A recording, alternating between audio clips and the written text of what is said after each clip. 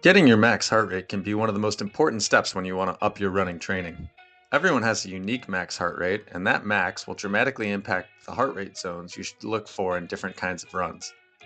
Having a higher max heart rate is not an indication of higher fitness. It is simply the scale that is specific to you. So you know, for instance, when you are hitting 90% of your max on a hard effort. The standard max heart rate formula is 220 minus age.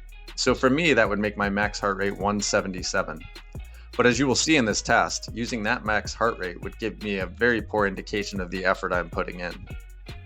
First, it will be most useful to use a chest heart rate monitor and a smartwatch.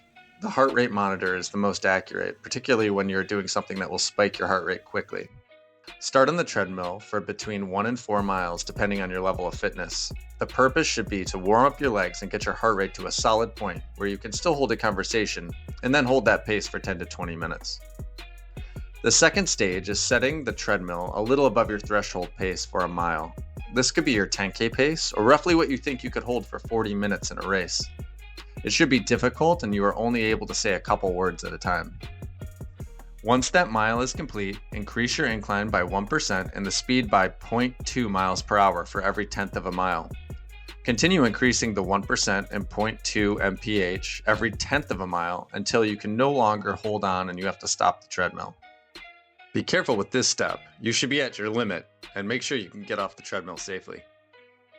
In my test, for example, I did my easy running at 6.8 miles per hour, then threshold at 9.2 miles per hour, then finished at 5% incline and 10.2 miles per hour, a little less than half a mile after the final stage had begun. Check your heart rate data and use that to calibrate your zones for training and to have more data to review on improving your fitness. My max of 201 is 24 beats higher than the standard tables would indicate, and would have given me a poor understanding of the heart rate zones I should be looking at when doing something like marathon effort. And that is why